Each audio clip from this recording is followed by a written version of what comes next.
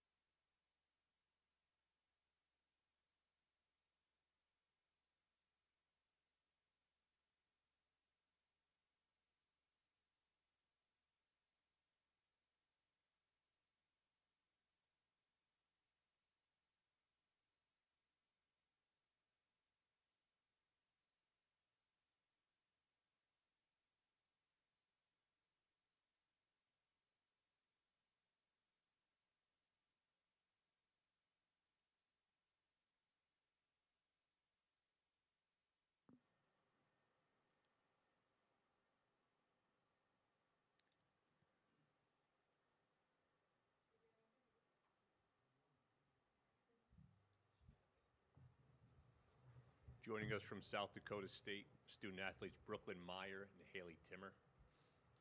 We'll go right into questions. Just wait for the microphone and state your name and affiliation. First question, over here on the left.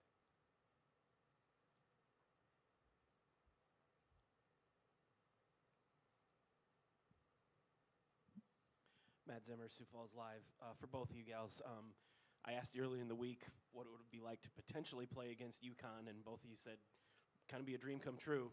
Now that that dream is kind of a reality, what are the thoughts and feelings going into this game? Yeah, we're super excited to have the opportunity to play another game in the NCAA tournament and to play UConn. I mean, yeah, it's just a great opportunity, and I feel like we're really excited for it. Yeah, it's obviously a really cool environment, and to play in front of their fans will be a special experience, and I think we just have to view it as another game. And obviously they have really good players and a really good program, but at the end of the day, we're going to scout them like usual and kind of just do what we can to win. We'll go to Emily, second row on the right.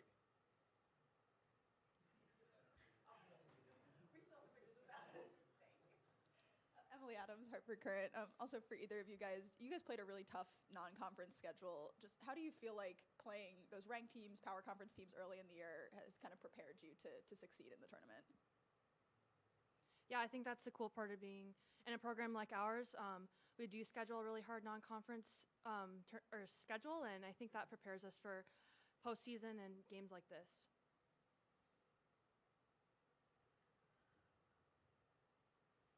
Stay right there in the second row on the right. Daniel Connolly, the UConn blog. Just on the topic of UConn, how much do you know about them as a program? Do you just know the name and the history? Did you ever watch them growing up? Like, did you ever know the players? Just how much do you know about this program?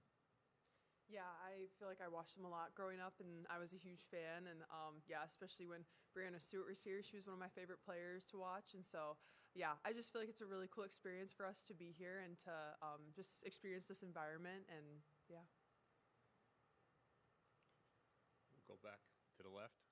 Matt.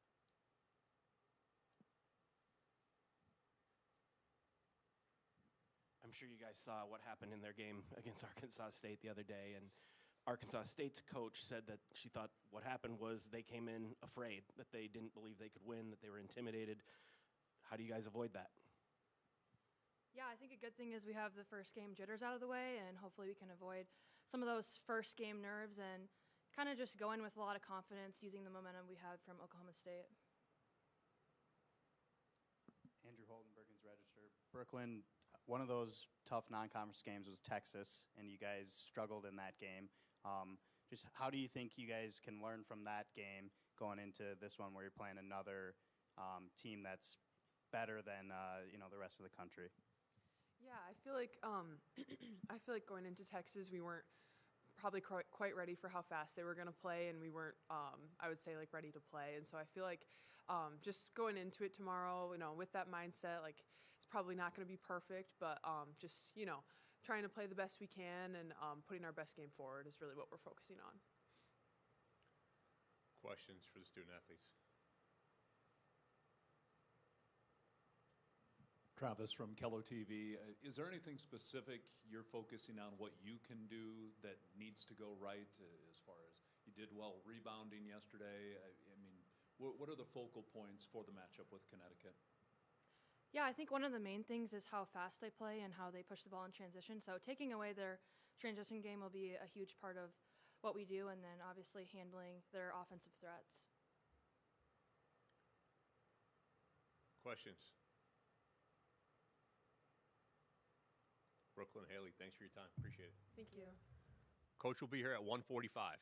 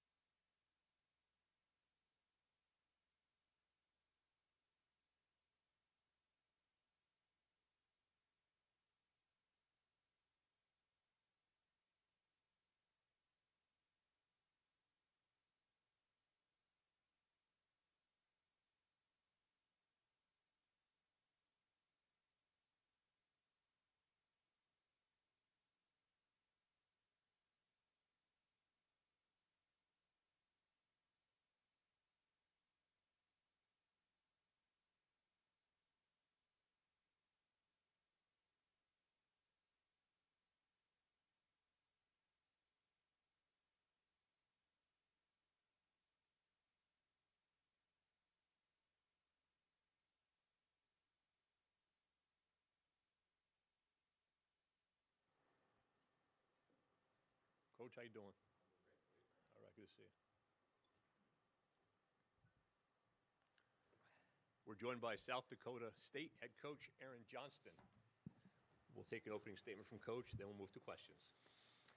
Well, excited to have a chance to play again. I think that's what everybody wants to do, getting into an NCAA tournament, is move on. This is our, obviously, 13th time being in the tournament, so kind of past the point of just the experience. You want to go in there, you want to do well, and you want to put your best foot forward. And I thought it was a great win for us yesterday. Just played against a very good Oklahoma State team, and I thought the second half showed a lot of, moxie, toughness, whatever, the things that it took to win a close game. And now I know we take some momentum into tomorrow's game. Obviously, Connecticut is fantastic in every facet, offensively, defensively. The history is impressive. I think everybody's aware of that. But tomorrow we've got to find a way to go out there and play our best basketball, and that's what our focus has been here since the day started. It will be as we practice, and it will be tomorrow too. But really looking forward to it. It's just fun to be able to continue to play. Making it to the second round is incredibly hard to do. We've been fortunate enough to do it a couple of times here, so we're going to enjoy that part of it, and I think that's a good thing. But we're also going to get focused on trying to play good basketball tomorrow too. We'll take questions. Go to Emily right here, second row. Emily Adams, Hartford Current. Coach, you guys play a really tough non-conference schedule pretty much every year. Just how do you feel like playing those games early on in the year helps prepare you for moments like this going up against a team like UConn? Yeah, I think so. I think this year and every year, as you mentioned, is important. From I won't rattle off the teams we've played, but we've played several teams who are one seed capable of winning national titles over the last several years, and I do think that helps. It reminds you and reinforces how hard it is to play against those teams because of their talent and how well they execute, and tomorrow will be no different. But I think it helps us understand, okay, here's when we have struggles in those games, here's what's happening. When we have successes in those games, here's what's happening. So it gives us some focus on here's how we have to try and play, here's the things that are going to be important for us to do well, and I think it helps. I think it also helps, like coming here and playing, our players enjoy it. You know, you're trying to get better, you're trying to win games for sure, but when you go play some of these teams on the road, they're fun experiences. And I think that's a big part of the overall experience we want to provide for our team. So certainly it's about winning, it's about moving our program forward, but it's also just in those moments of trying to put the best experience possible for our students too. We'll go to Jim, front and left. Jim Fuller, Associated Press. Looking at your stats, you guys play a little bit more, 10 people instead of 8 from last year. How's that help maybe keep players fresh? And then when you need to change something in the game, maybe you have a few more people you can call on to throw out there and change the momentum a little bit? Yeah, rotations every year are always different just based on injuries, who's available, things like that. So this year's team, it's worked out. We do have a lot of depth just because of things we've dealt with the past couple years. We've had several players returning this year who have been starters for us at some point in their career. These NCAA games are a little bit different too. You've got like 4 halftimes out there, it feels like, with every media timeout and everything else. So you probably don't need to go as deep as we did during the regular season. But if foul trouble or things come up, or you just need a new, hot hand out there, we have the ability to do that. So I think we have the talent, we have the depth where we can really go into our bench and feel like it's really productive. But at the same time, we've got key players that really have to be on the floor and have to play well too.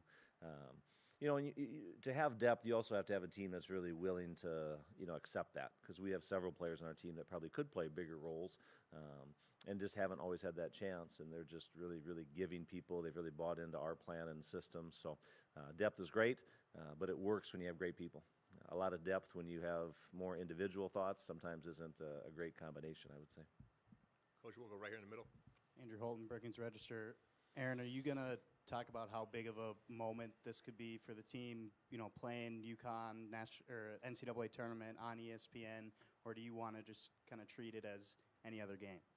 Probably a little bit of both. I think our players, understand the history of Connecticut women's basketball. I don't think I have to sell that to them. I think they understand the interest that's going to be in this game in the arena, the interest that's going to be in the game being on ESPN. So I don't know that I have to, convince them that, hey, this is a big moment to everybody. I think we'll focus on the basketball.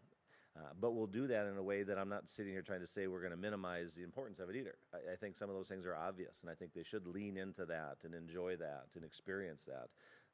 But as a coach and as a team, we've got to focus on the basketball because that's what's really going to count tomorrow. And it's really trying to play our best in that environment and against that kind of opponent. So that's where our focus will be. And then, as you go further, and I'm not saying next couple of days, but as these women come back for an alumni event 5-10 years from now, that's when they can go back and reflect on, hey, do you remember we played against so-and-so in that environment? And we've had a lot of those chances over the years, and this is going to be another one of those times that'll be a great memory for them down the road and their families and everybody, which I think is cool. I think that's a big part of college athletics and what brings people together. But for now, in the short term, it's about trying to play really good basketball and do it in a really tough environment. We'll go to Carl, third row on the right.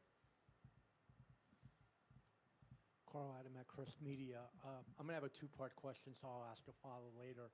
I know you've addressed this a number of times, but looking at your schedule, I notice when you do play those power conference teams and whatever, they tend to be on the road.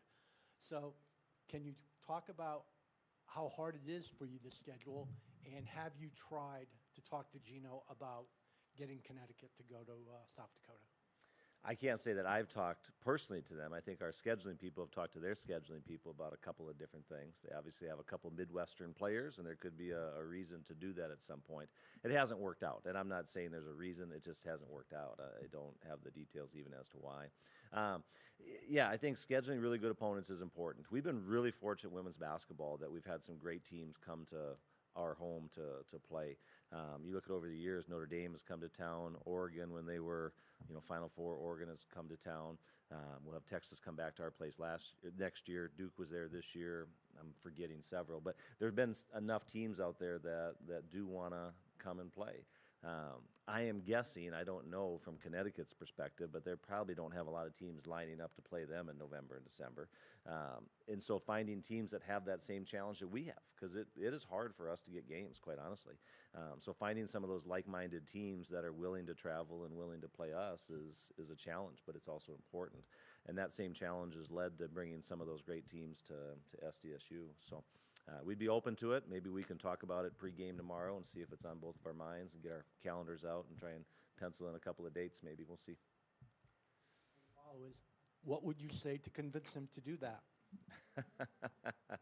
I don't know that I would have to try and convince them. I think scheduling, they're either willing or they're not willing. We're certainly open to it, and I'm not just talking about Connecticut. I think it's a great thing to play against great teams. I really do. I really enjoy that part of it, enjoy the challenge of it because it is hard. I think it's great for women's basketball. I know you're all familiar with your fan base and what that means. We've got a great fan base at SDSU too, and they're equally as passionate about our program as your fans are about your program, or this program, I should say. And so I just think it'd be a great experience. So we're going to continue to try and find games like that. I think it means a lot just to our team. It means a lot to the community, to our state, to the young people that are aspiring to be great at something when they get to see these people come to our arena. So we'll keep working at it, and you can put in a few more plugs too. That'd be great. We'll go to front row. We have Maggie and then Roger. Maggie Vanoni, CT Insider. I know you and UConn have never played before, but you and Gino are two of the longest tenured coaches in the sport. Just where do you see his biggest impact in this game? Well, I mean, it's pretty broad when you look at what's happened just here with Connecticut, but then you also look at USA basketball, when you look at kind of what's happened with the professional game and the players who are elite in the professional level. I would say it's pretty broad. It's been a huge part of women's basketball for a long, long time, which is incredible. There are several teams that have kind of runs where they have a couple of players that come through, but they just have a lot of those runs, and that's really remarkable. So to have that many national championships, to have been connected to that many gold medals and what that means, and then also have players who are continuing to elevate women's basketball professionally. That's pretty remarkable. It's sustainable. It impacts a lot of people in a positive way, and some of that, not all of it, but certainly some of that starts right here at Connecticut. Roger Cleveland from Hearst Media.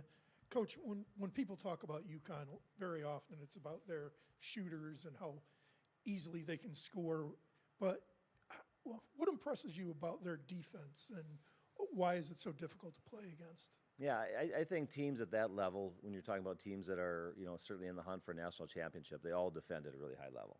And they all have individual players that make offensive plays look simple and easy, and that often becomes the focus or what people spend most of their time talking about. But when you watch Connecticut defend, it is a connected group of people out there that make it really hard for you to be comfortable. They have the ability to pressure you full court. They can pressure you in the half court. They've got size where they can block shots and challenge things. They rebound really well. And then they just turn so many of those defensive possessions into quick offense. So, yeah, I mean, I think they've always been really good defensively. Watching them this year, certainly they're at that level where they're an elite defensive team when they're really locked in. We'll go to Jim, front row left. Jim Fuller, Associated Press. There's been some talk about expanding the tournament, but if you look at the first and second round game, you're probably had one of the more competitive ones, but a lot of them haven't been. Do you have an opinion on that, whether they should consider expanding or trying to stay where they are? Yeah, expansion. I don't know that I'm in the camp that says there has to be expansion with either the men's or the women's tournament, to be honest with you. I think it's making sure we're finding the right teams in there. This year was a unique year. I think this was a year where seeding was really just harder to predict. Usually I think everyone on the outside can kind of pick where you think people are going to be, and they're usually within a spot or so. You might think they're an 8, maybe they're 9, or vice versa. This year I think, and this isn't a South Dakota State thing, it's just looking at the entire bracket thing. There are just teams I thought were maybe 3, 4 off where I thought they might have been. I think these conferences now have gotten much bigger.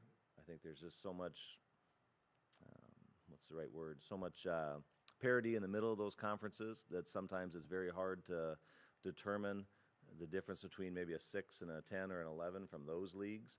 How does that then spill into mid-major bids who need bids to get in? This year I think was a really different year. Most years coming up to it I felt you could predict, you could see. But this year was a tough one to really get, I think, just my head around why people were where they were. So, expansion, I don't have a strong opinion on that. I think it's in a good place where it's at. There are other postseason opportunities, too, for teams to play in outside of the NCAA tournament who are right there. But I just think it's really trying to figure out, from my perspective, what's going to go involved into the seeding, to the bid process. As a 10 seed, I think we're a pretty good team, and I kind of felt like we'd be in the tournament regardless of what goes on in the conference tournament. But then you see yourself up there as a 10, you're like, oof, I'm glad we won our conference tournament. You're getting close to the end. And, so it's just trying to understand that, I think, for all coaches, so we can all plan and prepare and put ourselves in the best place possible. But I do think it was a little different this year, and we'll have to see if it's a one-off or if that's something that continues in the future. We'll go to Matt. Aaron, UConn's been this sort of national brand since you guys were in Division II. As you moved up, as you matured as a coach, as you built this program, in what ways did UConn influence you? Did Gino Auriemma influence you as you got to where you are? Yeah, I mean, I just think I'm someone that just really, in everything, having done this for a long time, just appreciates consistency of success. Like I said earlier, I think there are some teams that kind of peak and valley based on a couple of players, but I just have an unbelievable amount of respect for teams that can be there every single year. I just think that's really hard to do.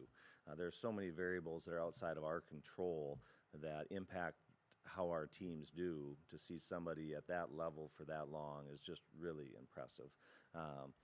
It seems like on the outside, just a connection from former players to the current program too. I've always really appreciated that. I think we try and do that with our program. Our past players are incredibly involved and around and present in everything that we do.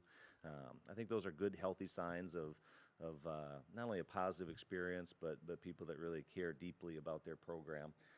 And that's, I think I've appreciated those couple of things on the outside. We talk about the success of Connecticut. Obviously, that has a lot to do with the wins, but even more impressive is just how few losses, which I know is saying the same thing in a different way. But over that period of time, I mean, they just don't lose, which I know turns into winning. But that's remarkable to think of it in the other perspective, I think. So. We'll go to Jim right here. You had a lot of success with Macy Miller as a player. What's it been like having her back as an assistant coach? What's been her impact since she's been here? Yeah, Macy's great. For those that don't know her, she's an assistant coach on our team right now. Macy's our all-time leading scorer, one of the very best to ever play in the state of South Dakota, certainly one of the best to play at the college level in our area. Macy was a part of a Sweet 16 run where we lost to Oregon out in Portland in I thought, a contested game, you know. Yeah, she's a great player, great coach. She understands our program, understands me. Is that, I think, a good go-between with maybe me and some of the current players. Just builds great relationships with them. Being from South Dakota, we have so many local players too. She has that connection with them and kind of understands what it is to come from our area and play at South Dakota State. So, yeah, it's fun to have former players back. Macy's a good one. We sure enjoy having her on staff. Andrew? How much do you think the first maybe 5 minutes tomorrow night is going to be important, you know, handling emotion and the environment and stuff? Yeah, probably just as important as the next 35 minutes. You know, it's just, there's going to be a lot of runs. There's going to be some emotion. We've got to handle all of it. And early on in the game, to your point, is going to be important. We've got to be able to go out and establish that we can play the way we want to play to build some confidence and get ourselves going. And that's going to be true after that, too, because they just have the ability to put runs on teams, and we've got to handle that throughout. But certainly early in the game, I think it'll be important to get some confidence, get some positive plays going in our direction, and get everybody feeling comfortable. Coach, we have time for one more. We'll go front row right. You touched on, expansion and bringing Power 5 teams out to play you guys. From a mid-major perspective, like, what are the challenges of putting together that resume that can get you a chance to get in the tournament? Obviously you didn't have to worry about it because you won your conference championship, but what are those challenges like? Yeah, I think they are challenges. That's a good way to say it, because we can control our willingness and scheduling, but we can't control everybody else's. I think this year our non-conference schedule, so just our non-conference schedule, was somewhere between 15 and 10. Most challenging non-conference schedule in the country. So that's pretty good. So I think we've had that recipe for a long time.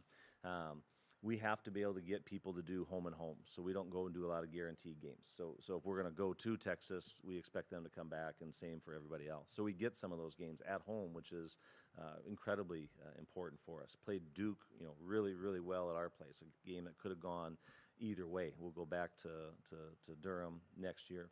And so kind of finding that level of game is really important, being able to win enough of those games, getting some of those neutral site games in the Thanksgiving or the trips, where we got Oregon and beat them out in Hawaii. We've had several of those over the year.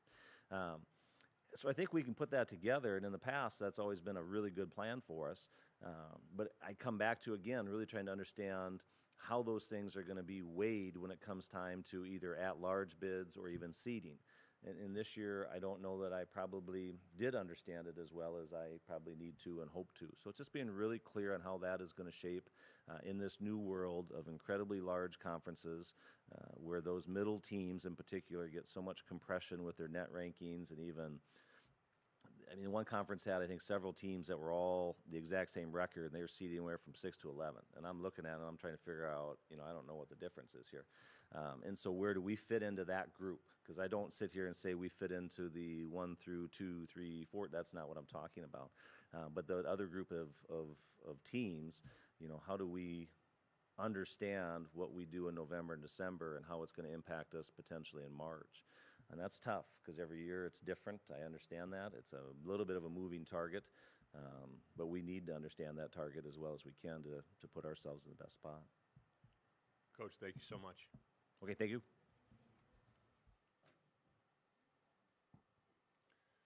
UConn players will be here at 2:15.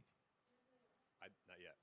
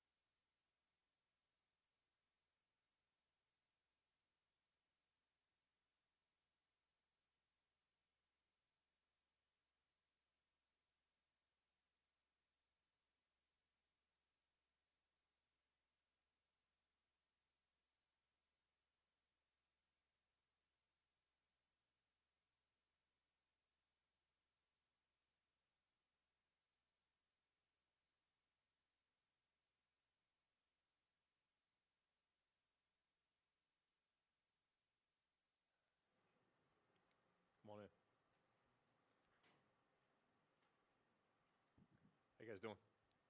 All right.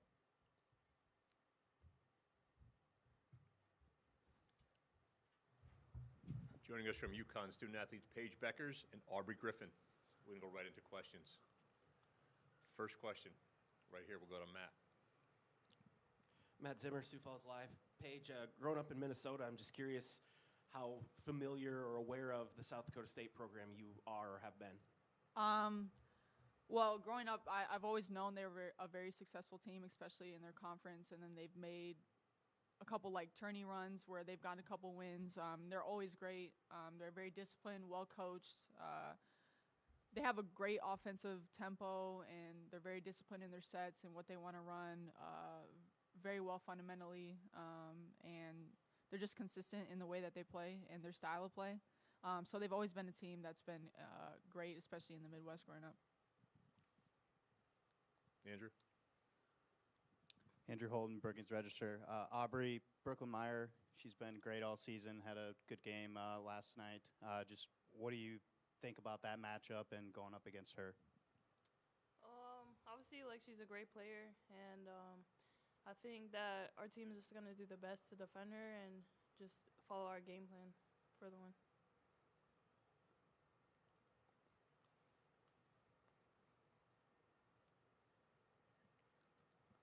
Parker Brown, Dakota News Now. This question's for Paige.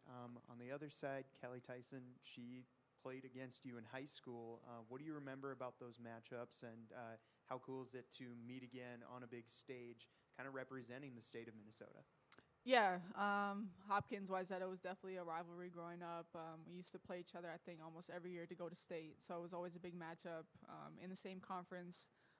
So there was a lot of good matchups. It was always a great game when we played. And so just to be able to play at the next level and where we dreamed of playing as a kid in March Madness in the tournament, trying to compete for a national title, it's everything you dream of. So to continue to play against her, obviously we want to represent Minnesota well, and so we hope to do that. Is there a question here on the right? Scotty Quaz, the Jackrabbit Sports Network. Both of you have had to suffer through some injury in your time. Talk about the versatility, even depth that you have this year. Yesterday you got to play a lot of players as well, just adding that to your repertoire this year, where previous years maybe didn't have all that depth. Yeah, I think it's definitely different feeling than we had the past couple of years, having depth off the bench, having different people who can contribute and who can help us win. And I don't think we have a person on a team that plays alike to another, so I think we have a lot of versatility in terms of what our lineups want to look like, our mismatches, our matchups, and I just think we have a lot of different people that can do a lot of different things at different positions. Same, I think the difference between this year and last year is, like, we have depth, and we have a lot of great players, so everyone just sticks and plays their role, and I think we do a great job of that as a team. Any other questions? We'll go back to Matt here on the left.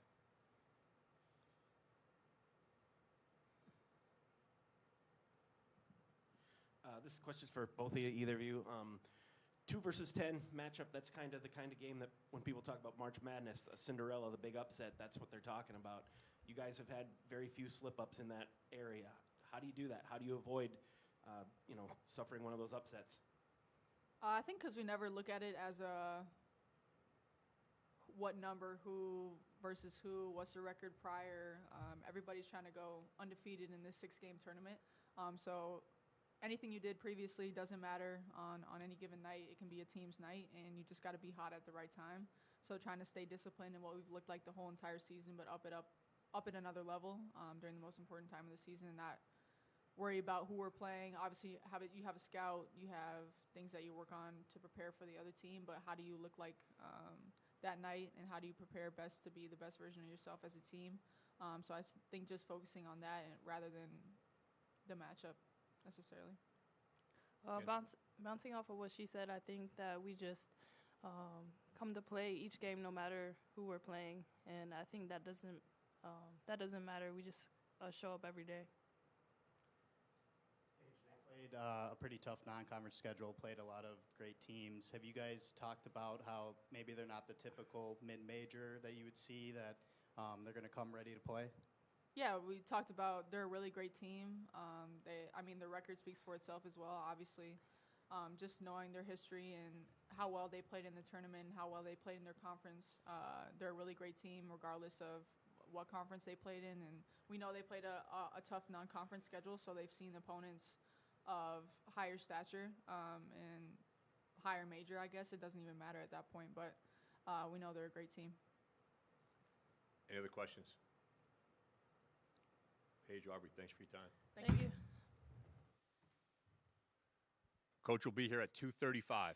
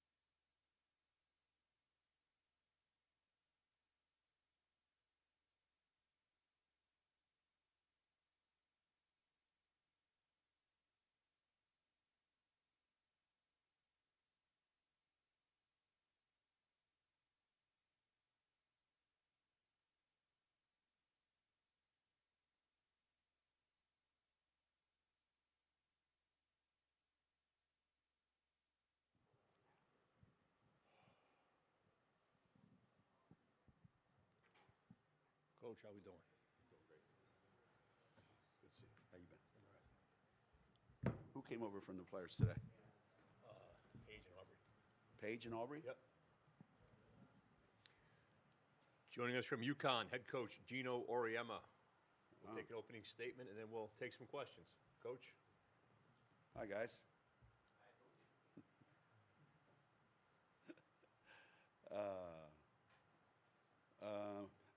How about we start with some questions? Let's go right to questions. How about we do that? Wait for the microphone. We'll go to Matt right here in the front.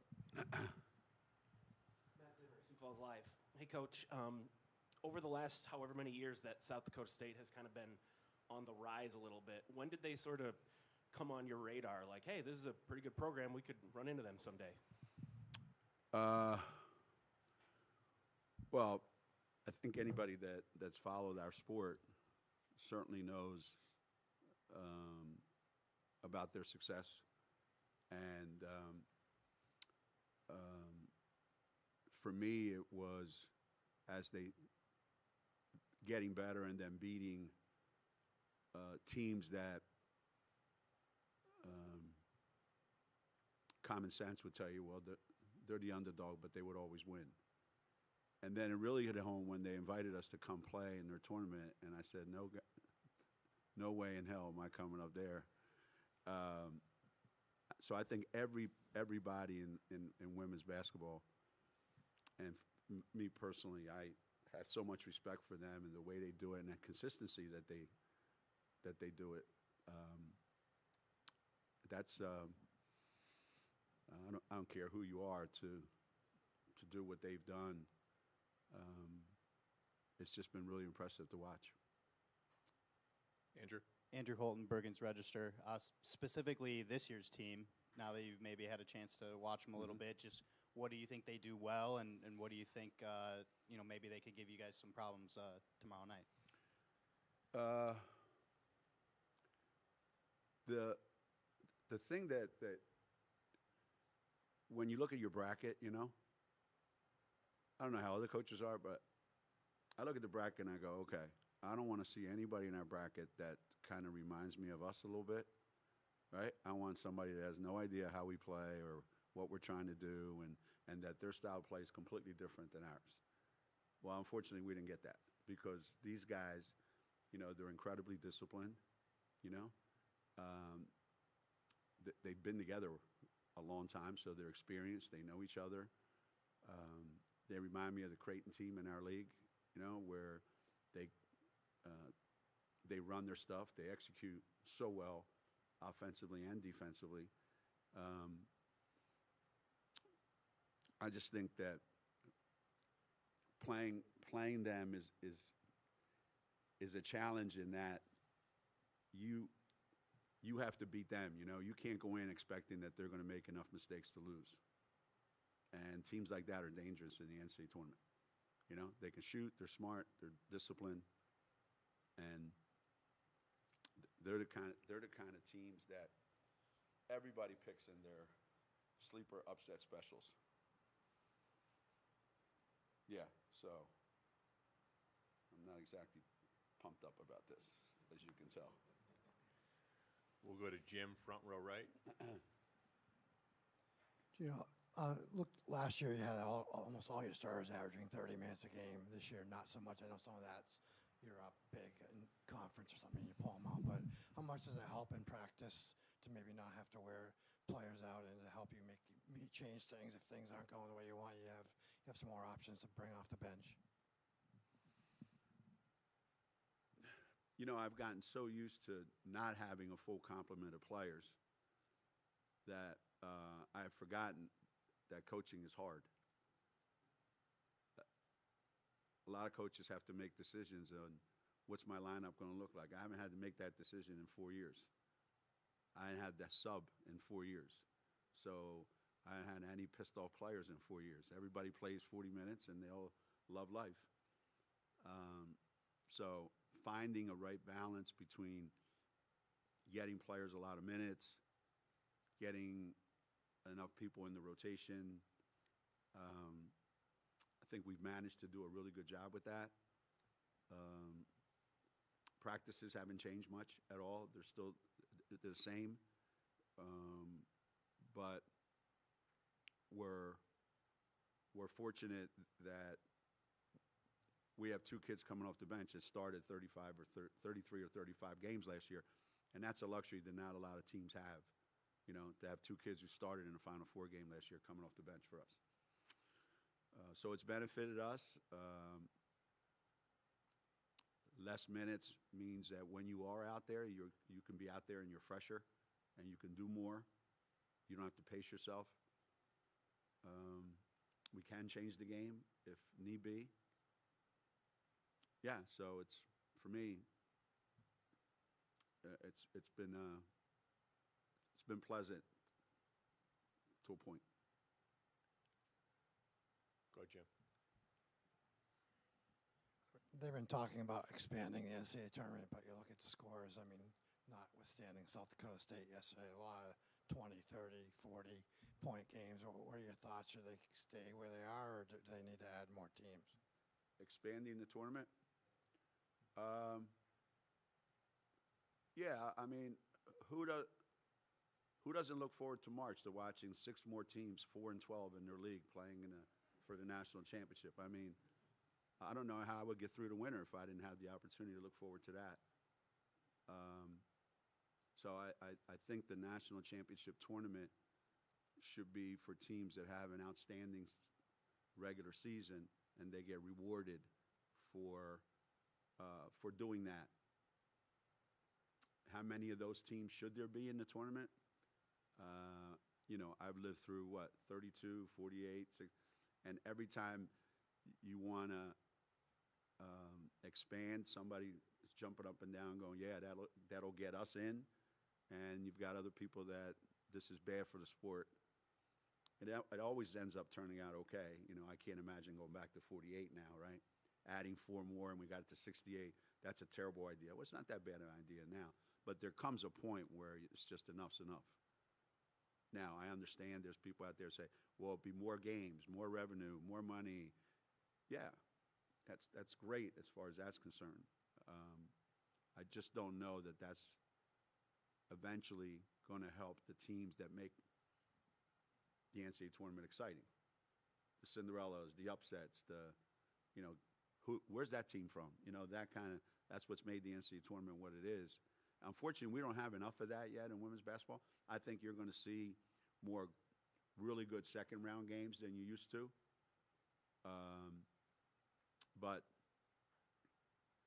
And I don't know how it is on the men's side. Obviously, it's a little more advanced.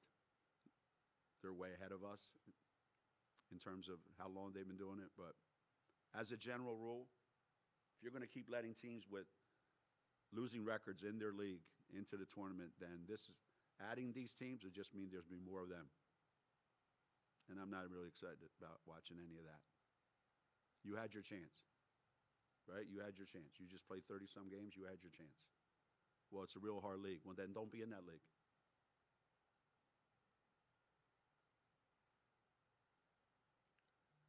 Go third row on the right. Scotty Quaz, Jackrabbit Sports Network. Coach, the reward for playing well in a tournament and having institutional support, program support, is you get to host. This year's no different. Huge crowds. What does that fuel? It's obviously got to fuel your team. There's a maturity that they're just playing basketball too. Just talk a little about the opportunity to play in front of your home crowd and your home institution. Yeah. I go back and forth with that too. Do you reward teams for having a great season? Every other sport, that's what they do. You have a great year. You play the regular season so you can have a home game. Major League Baseball, the NFL, the NBA, NHL, every sport that you can imagine. NCAA, every sport except men's basketball. Even football now is going to end up, they're playing on home campuses. It's a reward for the kind of season that you had. Is it a competitive advantage? It can be. It can be.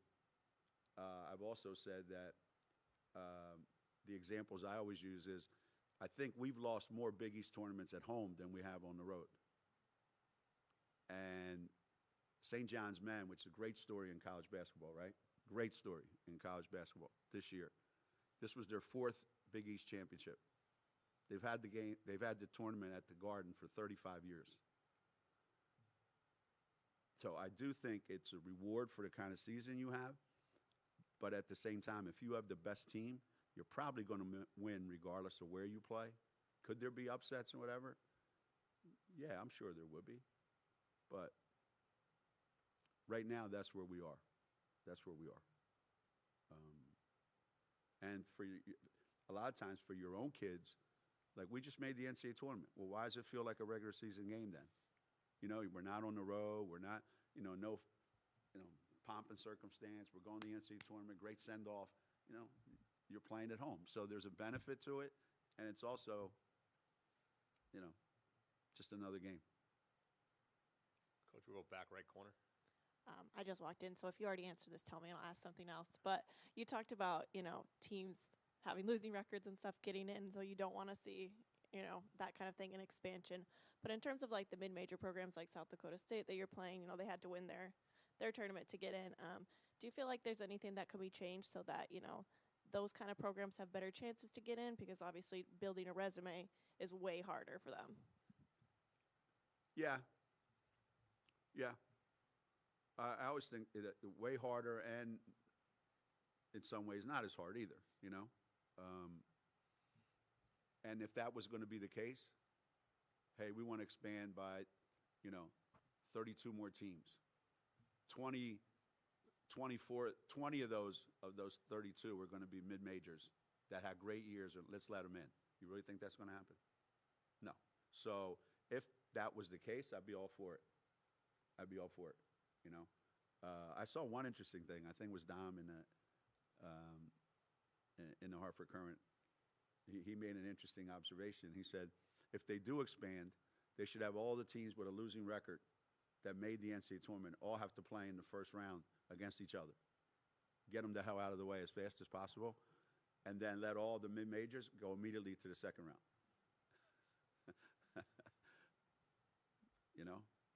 If it's about the money, they'll expand, for sure. If it's about competitive fairness and opportunity, like you're talking about, and they expand for those reasons as well, great. I'm all for it. You're in a 15-team league and you finished 11th? Sorry, you're out.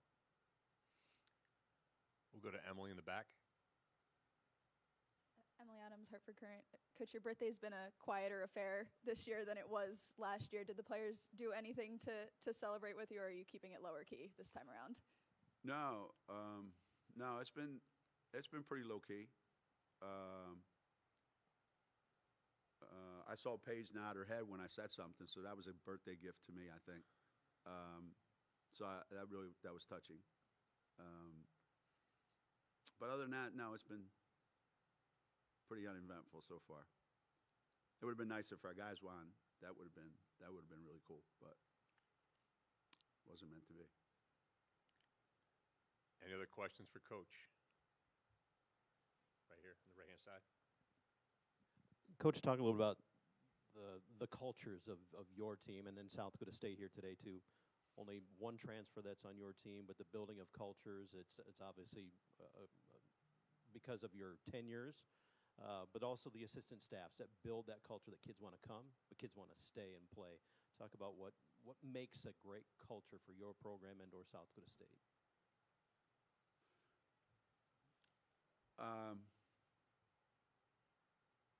Well, Coach and I have been at the same school for a long time, right? He's been there, 25? I think that creates a consistency. I think if you go to South Dakota State or you go to UConn, you know exactly what you're getting. You know what you're in store for. You know what the expectations are. We tend to recruit similar-minded players.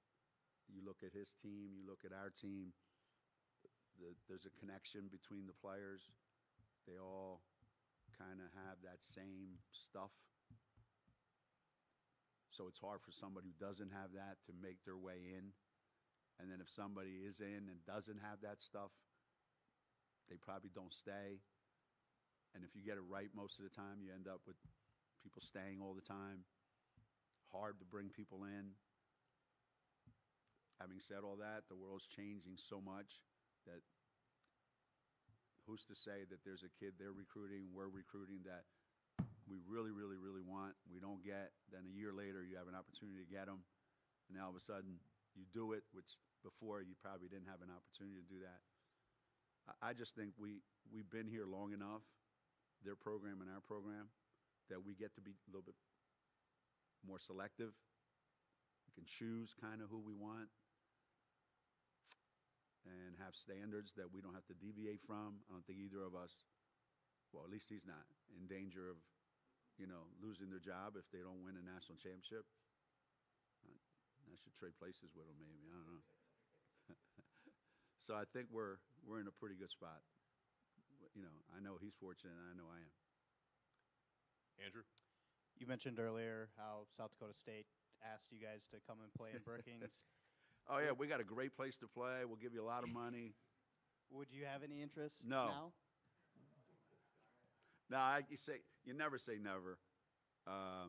We've been really good about taking our brand all over the country, So who's to say, You never know. You never know. It's gotten harder. The more conference games you keep adding every year, like we're adding a couple more, makes it harder to fit in all the non-conference stuff that you would like to do. But you never say never. We've got Like when they got 5 freshmen in the starting lineup, and I know that's what's happened, I'll be happy to go up there. Maybe when Sarah's a senior. Got time for one more. Or not. Coach, Or thank not. you so much. All right. Happy birthday. Oh, thank you. Thanks, everybody.